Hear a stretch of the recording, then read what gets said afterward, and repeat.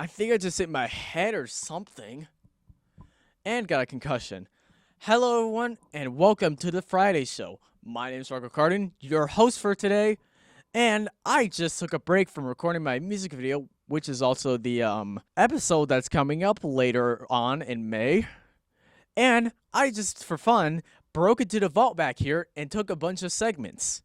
I snagged a few that I think look good enough for this episode and put them on here. So, without further ado, and to keep you all waiting for the music video episode, let's show you some episodes that I stole from the vault. Hello to everyone. I'm your student, classmate, friend, apprentice, not roommates, Sean Weaver, and today I have a confession. I have a little bit of a confession. I've been holding this away from my family for a long time and from a lot of my friends, actually. It's been quite difficult. I never really knew if I would be accepted into the world if I got out about my secret. But today I gathered the courage to share my deepest, well-kept secret to you, the audience. Are you ready for this? My big secret. I like pizza tower. Hold on to your seats, hold on to your socks, all right? I'm sorry if I blasted them off real quick. If you don't know what a pizza tower is, then stick around for the rest of the video. I'm sure you'll be delighted to find out. Pizza Tower is a 2D platformer video game where you run manic, collect money, and try and hopefully stop your financially failing pizza business. You venture as Peppino Spaghetti, a short and stubby, passionate Italian who's struggling to make ends meet with his establishment. When a floating, angry pizza threatens to blow up your restaurant, it's your job to guide Mr. Peppino to the top of the pizza tower through rigorous levels and challenging cheesy foes. The gameplay can be best described as so. You are a delivery driver that has to go from point A to point B in 5 minutes. That's not good enough. You could have always gone faster. You could have ignored the traffic laws, that old lady that slowed you down.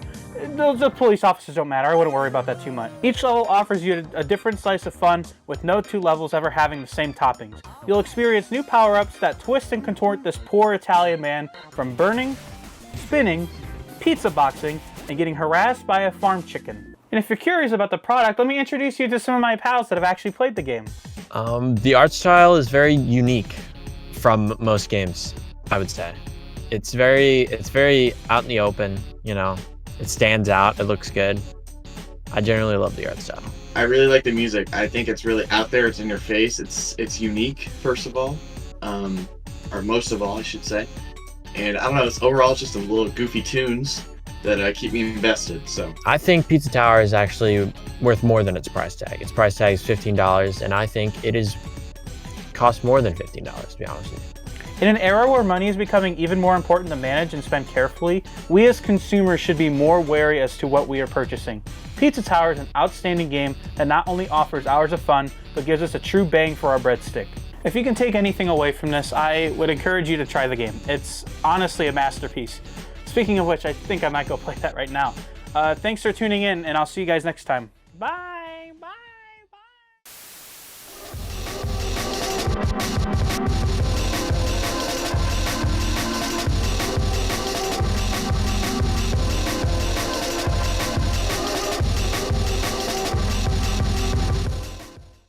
In the small town of Chesterton, Indiana, there's a cafe downtown called Red Cup.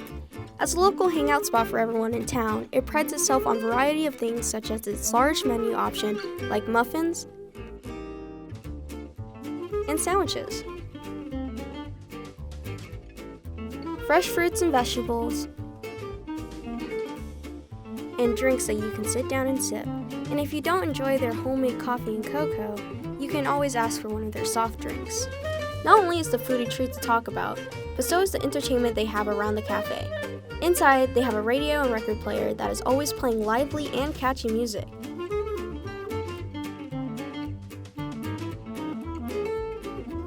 Hanging out with friends? Pick up a board game. They have a collection of games for you to play. If all of that wasn't enough, then the art on the wall definitely will catch your eye. Red Cup partners up with the artists to showcase and sell their work. Many of these pieces actually selling as how great many of them are, and the workers love this idea. We do a lot of things with art around here, local artists we exhibit. We have a lot of the high schoolers and that work here, and that's always nice, and we help support any club that we can in town. The amount of support Red Cup gives to the clubs and local events around the community is honestly amazing. And when asking Carrie if she loved working here, she said, Absolutely, it's like a family. It's not, they're not co-workers, they're friends and family.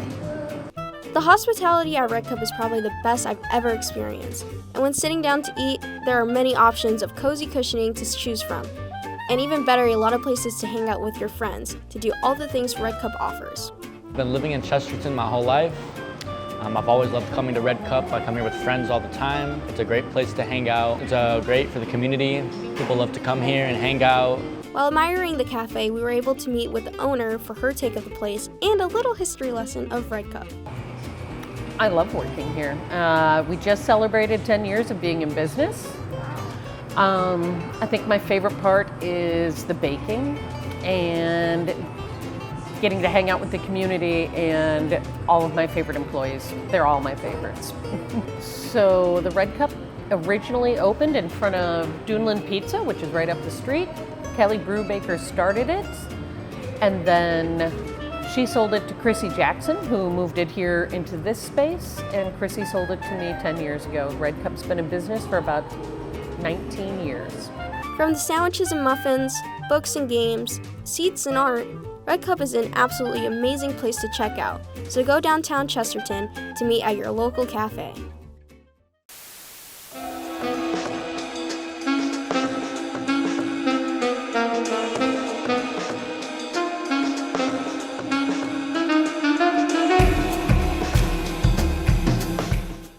Could you spell your first and last name for me? Sure.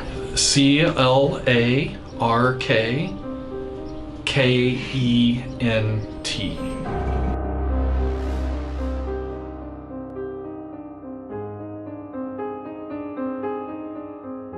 So you believe you are Clark Kent? That's what I've been told. I don't believe I am. Do your students understand your identity?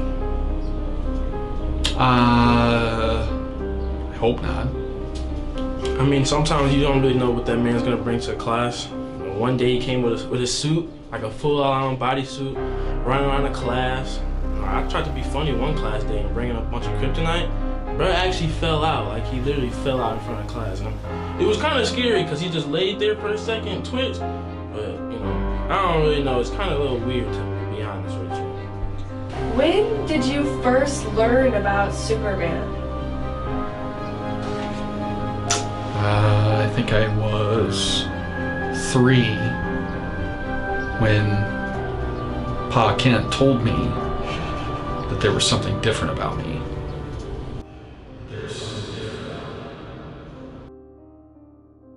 What do you mean addiction? Addiction to what?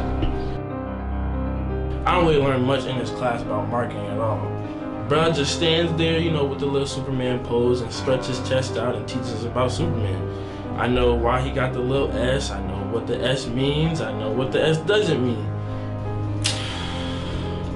Well, it was a lot to get used to because I'm burdened with all of these special things that happen. So,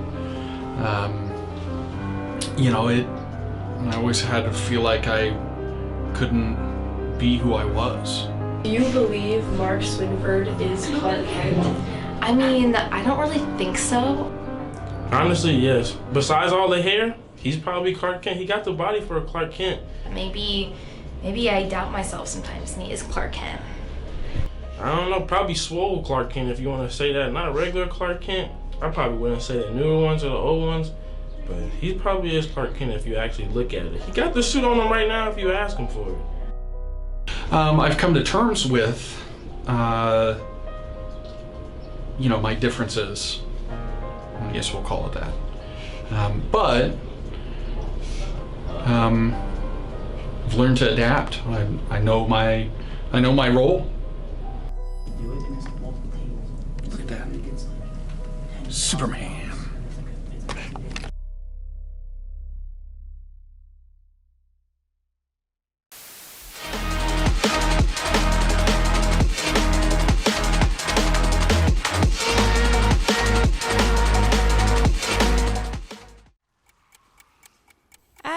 many of you know, I've done just a couple videos on this little game called Team Fortress 2 and its studio Valve. At this point, I'm gonna have more videos than major updates in the past 7 years. 0. For those that don't know, Team Fortress 2 is a team-based shooter released by Valve in 2007.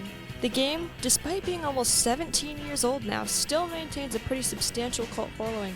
This remaining community continues to have mixed opinions on the current state and devs of the game. From what I've seen, people usually fall into 3 categories of players: the average TF2 enjoyer, someone who used to play the game and regard it warmly as dead, and people who absolutely hate it or Valve with a passion. I started playing TF2 in November of 2021, and I have a comfortable 942 hours in it. This is Harold, who has a minimal 1,853 hours on this godforsaken game on just this account, and he started playing when he was 8 or 9. What is your name and how many hours do you have in this game, Team Fortress 2?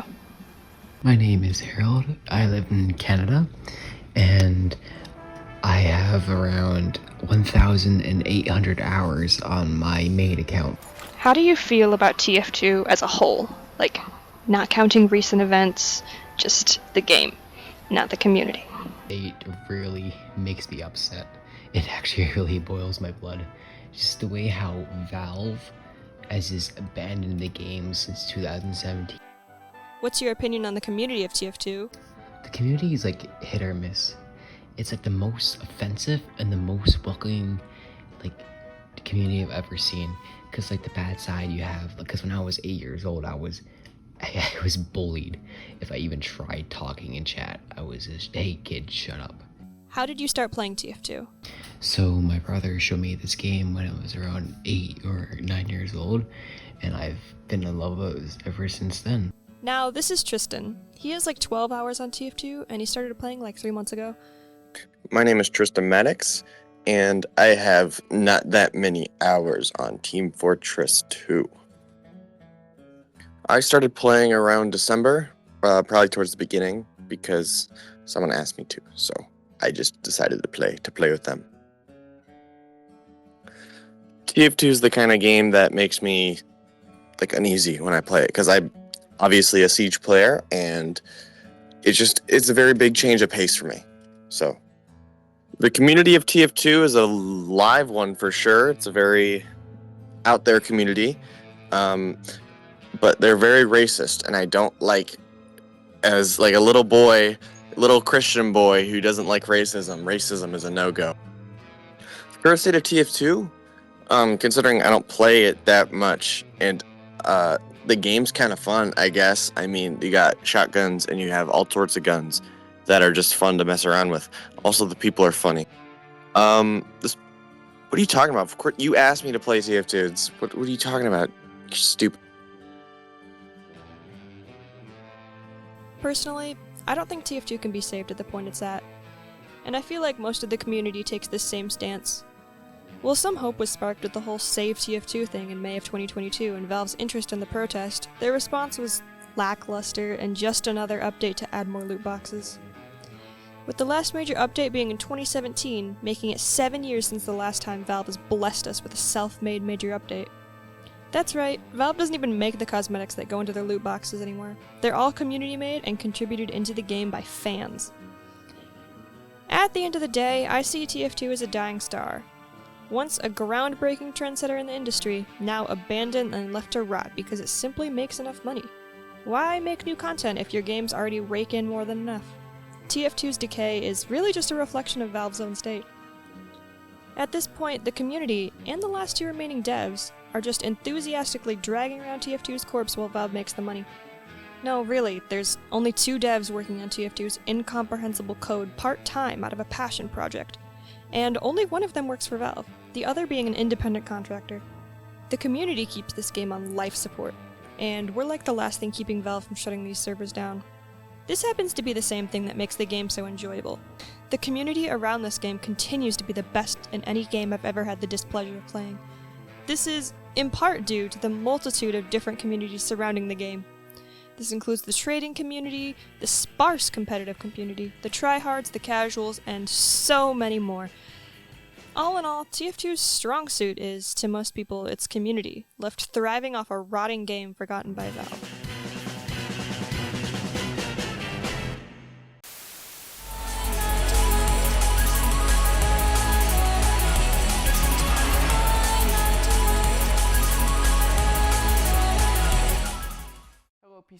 Media. Today I am with Matt Fiocca, a software engineer and the creator of a game called Churchill Solitaire, a game specifically created for the former Secretary of Defense, Donald Rumsfeld.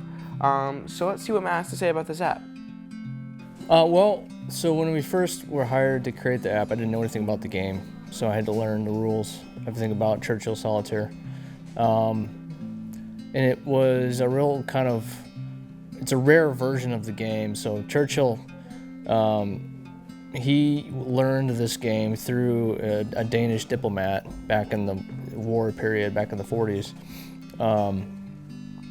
And then it got passed down the line to Donald, but like outside of those characters, no one really ever played this version before.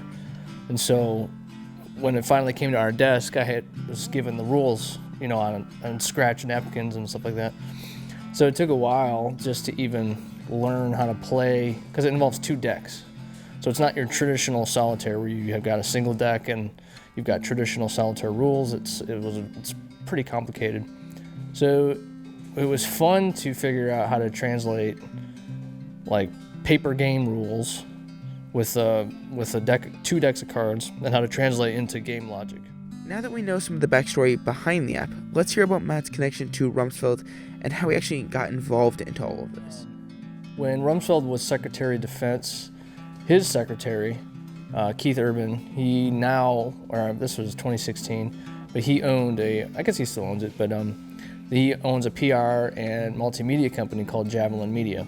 And so Rumsfeld wanted to turn this version of Solitaire into a game for the Churchill estate. The proceeds would go to military families and different military charities. So he reached out to Keith at Javelin he basically commissioned his media company to make the game. And then I was connected to Javelin through some of the Javelin employees. So I had worked in a previous IT gig with some of the account managers and stuff at Javelin. So yeah, they reached out to me to make the game. I thought it was a fun opportunity to work on an A-list game, and it was a big challenge. So that's kind of how I got involved. Okay, so now that we know about Matt's connection to Rumsfeld, let's see what actually makes this game so unique and different compared to other solitaire games that you might find on the App Store. It introduces complexity that just doesn't exist in traditional solitaire. So you have the Devil's Six, which is like a special section of the deck of cards there, where you have to you can put cards there and you have to pull from it, and the rules are large. It's a big rule set. And some of the themes in the game, like we have some 3D animations and different cuts and transition scenes that are kind of World War II themed around Churchill and kind of his conquests. So now that we know a little bit about the game itself, let's actually hear what Matt has to say about the aftermath of it all. So after 12 months of heavy labor, it's nice to kind of like let your hair down and have a big party at the end, right? So that was part of it. The other part of it was because it's specifically for Churchill, the Churchill estate, the actual Churchill family, inducted the app as part of the Churchill legacy. So like the app is now part of their heritage. So we had 2 members of the Churchill family come out to the party, and they did like a little speech and just thanking Rumsfeld for creating the game and honoring the Churchill name. So now that we've interviewed Matt, let's hear from some people who have played the game and see what they think. The game is super unique in its own way. Not only does it have a little bit more of a challenge, there's a little bit of history and clips that goes along with the game. And I think that's really interesting because not a lot of other games do that, especially like regular solitaire. So it's a really good mix of entertainment and history. So the game's definitely different from regular solitaire. Even if you know how to play regular solitaire, it's probably going to take a little bit of getting used to, and just playing the game itself. But it's a really fun aspect having the 2 decks. That's probably my favorite part about it instead of just the singular one. It gives you more of a challenge than regular solitaire. It's just overall a really fun game.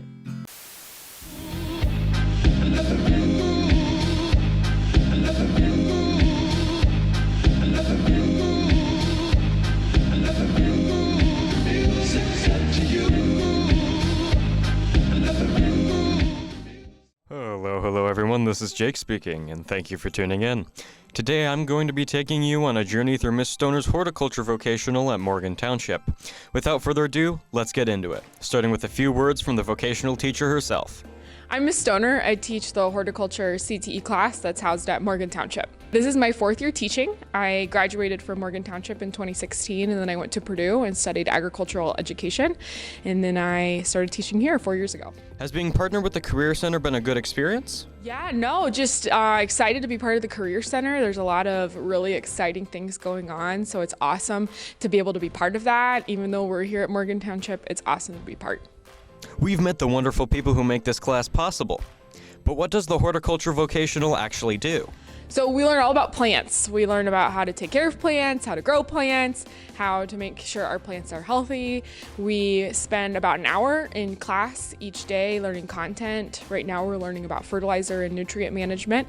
And then we spend the rest of class in our greenhouse actually getting practical hands-on experience growing our plants. Now that you've got a baseline knowledge of this class, let's meet some of the students who are enrolled in it. My name is Blake Thomas Marshall. It's my first year here at Morgan Township. I'm Asavedra. I am a first year at the horticulture vocational class. We've heard all about what the class does, but what makes this vocational special to you? So we spend a lot of time outside, and so it's just great for anyone that just loves the earth, loves plants, loves getting dirty. It's an awesome class. Special, it's special because it's about farming and agriculture, like difference. It's like about animal science, but it's about plant science, like how the plant grows properly, or like I want to grow a tomato plant one day and I could say, oh, I learned that in class. And I think this would be a good class for the newcomers for 2025, 2026 members coming in next year if they come in here next year. What makes it special to me is how much hands-on work we get to do.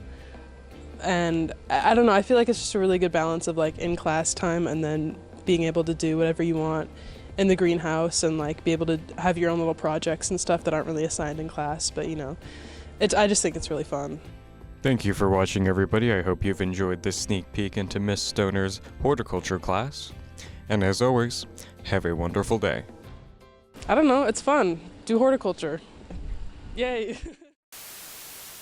Hello all you beautiful people, I'm Ethan Locke here of PC3 Media, and today I actually went to the Balish Ball in Hobart, Indiana, where we play basketball as a little thing for our unified track team. What happens with that is they were rallying everyone to bring at least non-perishable food items or just $3 to support the unified track and field team and contribute to the Hobart Food Pantry. With that being said, it was a 3v3 tournament, and I decided to just record and get some interviews. Let's interview some of the people and see how they're feeling tonight. Okay, I'm here with Bryce Tolliver. I'm Luke Wyman. I'm Jackson Ray. Alrighty, I'm here with Emilio Serrano. Jake Neese. Brian Howard. Alright, what team are you representing for? SOB. We are representing dual credit defense today. We represent the dual credit defense. And you are one of the teams representing for the Balish Ball tonight. How we all feeling? Pretty good. I'm excited. Amazing. Kind of nervous, not gonna lie. Yeah, I totally get it. I'm in it as well, so I have the same feeling. How far you guys think y'all are gonna go here tonight? I think we're gonna win it all the way. We're gonna go deep. Deep run. Yeah, I'm expecting deep. You know, I think we give our best effort. I think we're gonna come out here with a trophy. All right. What? I think the level of physicality we're going to bring to the paint is going to really show up against a lot of these teams. There's a lot of great talent, a lot of great shooters here, but we're for sure going to be the most physical on the basketball court today. We got some team called Anthony Nilo and Coach Key on the same team. So we're going to make it to the championship. We're going to win anyway. We're going to win. We're going to win tonight, okay? Yeah. Me, my other fellow partner, I don't know where he is. But it's going to be a great game. I'm the ref today. I don't got a shirt, but I am the ref, okay? I am reffing tonight as well. Me and Jordan, we're not taking no meanness, you know. And I quote from the rule book. Do not argue with referees. Complaints or foul language may result in a technical foul. You heard it here first. Someone's getting thrown out. With that being said, they seemed very confident in their own skills, and that's a good thing. Too bad I'm going to have to beat them tonight. the house filled up pretty darn quickly, and just like that, the whole gym was filled with a lot of kids. I was actually surprised how much people ended up showing up. In fact, even the Hobart Police Department and players from Lake Central showed up. Who would have thought of that? As the whole crowd was starting to fill up, I couldn't help to notice that I saw the mayor, so I had to interview him. All right, I'm here with Josh Huddleston, also known as the mayor. I know you're here tonight. You were representing your team. How'd you guys do? We're 1-1 right now. We had a tough first draw against a really good, talented Hobart High School basketball team, but we lost that one, came back on the second game and won that one. How do you like the experience here so far? This is awesome. It's our second time. We were here last year. We put together a little strategic plan, and we were the first ones out last year, but we're still battling this year. So it's been great. Valentine does a good job. Everyone does a good job. All the student athletes, all the students do a fabulous job. Wise words from the mayor. But moving ahead, it was my time to play, in which it didn't really go well. Not really. But with that being said, though, I ended up interviewing some winners and losers from the tournament and see how they were feeling afterwards. How are you liking the experience here thus far? It was pretty good.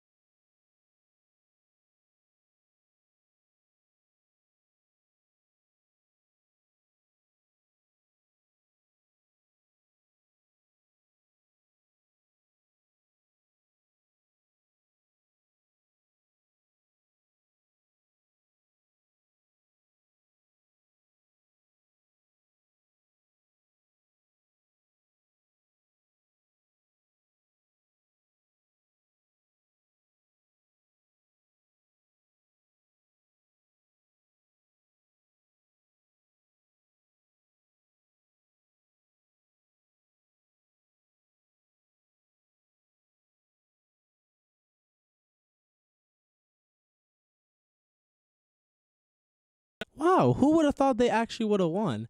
And with that, I'll leave you guys off with me making a half-court shot. I had a lot of fun, and so did everyone else as well. Thank you all for watching, and until next time.